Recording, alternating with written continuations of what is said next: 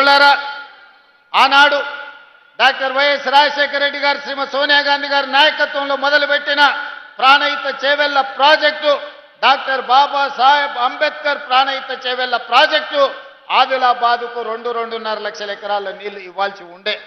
కానీ ఏదో ఆలోచన, లేకపోతే అది స్వార్థమా, లేకపోతే ఆలోచనలో ఉన్న లోపమా నాకు తెలీదు. కానీ 1,10,000 కోట్ల రూపాయలు ఖర్చు పెట్టినా ఇంకా 40-50 కోట్ల రూపాయలు ఖర్చు పెట్టాల్సింది ఉన్నా ఆదిలాబాదుకు గోదావరి జలాలు రావడానికి సాధ్యం లేదు. అందుకే ఈనాడు మన ప్రభుత్వం వచ్చిన తర్వాత ఆలోచన చేసినాం. ఆదిలాబాదు రైతాంగానికి నీళ్లు ఇవ్వాలి అంటే తుమ్మిడిహెట్టి దగ్గర ప్రాణహిత చేవెళ్ల ప్రాజెక్టును కట్టాల్సిందే, కట్టి తీరవలసిందే. తుమ్మిడిహెట్టి ప్రాంతంలో ప్రాజెక్టును కట్టి ఆదిలాబాదుకు నీళ్లు ఇవ్వాలని నిర్ణయం తీసుకున్నాం. దానికి సంబంధించిన సర్వేలు జరుగుతున్నాయి, నివేదికలు తయారు అవుతున్నాయి.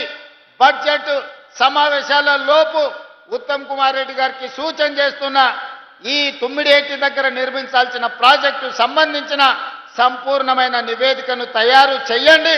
ఆదిలాబాద్ రైతాంగానికి సాగునీరును అందించి ఈ ప్రాంతాన్ని ఆదుకుందాం. తుమ్మిడిహెట్టి దగ్గర ప్రాజెక్టు నిర్మించుకుందాం. మనకు రావాల్సిన నీళ్లను ప్రతి చుక్కను మనం ఒడిసి పట్టుకుందామని చెప్పి ఉత్తమ్ కుమార్ రెడ్డి గారికి నేను సూచన చేస్తున్నా. అదేవిధంగా ఎర్ర బస్సే కష్టం. ఆదిలాబాదు గూడాలలో ఇక్కడుండే పటేళ్లు చాలా మంది వచ్చి నన్ను కలుస్తుంటారు. సార్ మాకు పోవడానికి దారి లేదు, ఆ ఫారెస్ట్ ఆఫీసర్లు ఇల్లు కట్టుకొని ఇస్తలేరు, మా ఊరికి ఎర్ర బస్సు కూడా రావడం లేదని. అందుకే ఈనాడు ఆదిలాబాదు ప్రాంతాన్ని ప్రత్యేకంగా గుర్తించి మిత్రులు పాయల శంకర్ ఆదిలాబాద్ ఎయిర్పోర్ట్కి సంబంధించిన అంశాన్ని నగేష్ గారు, అదేవిధంగా వెడమ బొజ్జు గారు నా దృష్టికి తెచ్చారు. అందుకే ఆదిలాబాదు జిల్లాకి ఎయిర్పోర్ట్ తీసుకొచ్చి ఎర్ర బస్సు రాని ఈ ప్రాంతానికి ఎయిర్ బస్సు తీసుకొచ్చి విమానాలను తీసుకొచ్చే బాధ్యత మన ప్రభుత్వం తీసుకుంటుంది. ఆదిలాబాద్లో పెద్ద భారత ప్రధానమంత్రి నరేంద్ర మోడీ గారి చేత ఎయిర్పోర్టును ప్రారంభించుకుందాం. వారిని ప్రత్యేకంగా ఆహ్వానించి ఎయిర్పోర్ట్ కోసము శిలా ఫలకాన్ని ప్రారంభోత్సవ కార్యక్రమాన్ని చేసుకుందాం. ఒక్క ఎయిర్పోర్ట్ ఉంటే మన ప్రాంతం అభివృద్ధికి పూర్తి స్థాయిలో అనుమతులు రావు. అందుకే ఈ ప్రాంతంలో తెలంగాణ రాష్ట్రంలోనే అతి పెద్ద పారిశ్రామిక వాడను ఆదిలాబాదులో చేసుకుందాం.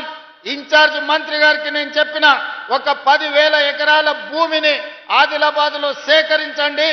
ఈ దేశంలో ఉండే ప్రతి పరిశ్రమను ఆదిలాబాదు జిల్లాకు తీసుకొచ్చి ఇక్కడి నిరుద్యోగ యువతకు ఉద్యోగ ఉపాధి అవకాశాలు కల్పిద్దాం. ఈ ప్రాంతాన్ని ఒక అభివృద్ధి చెందిన పారిశ్రామిక కేంద్రంగా తయారు చేద్దాం. అప్పుడే మీ జిల్లాకు వచ్చిన ఎయిర్పోర్ట్, మీ జిల్లాకు వచ్చిన రోడ్లు, మీ జిల్లాలో కట్టే సాగునీటి ప్రాజెక్టులు, ఈ జిల్లాలో చదువుల కోసం ప్రారంభించుకున్న యూనివర్సిటీలు అన్నీ కూడా ఈనాడు అభివృద్ధికి వేదికలుగా మారుతాయి.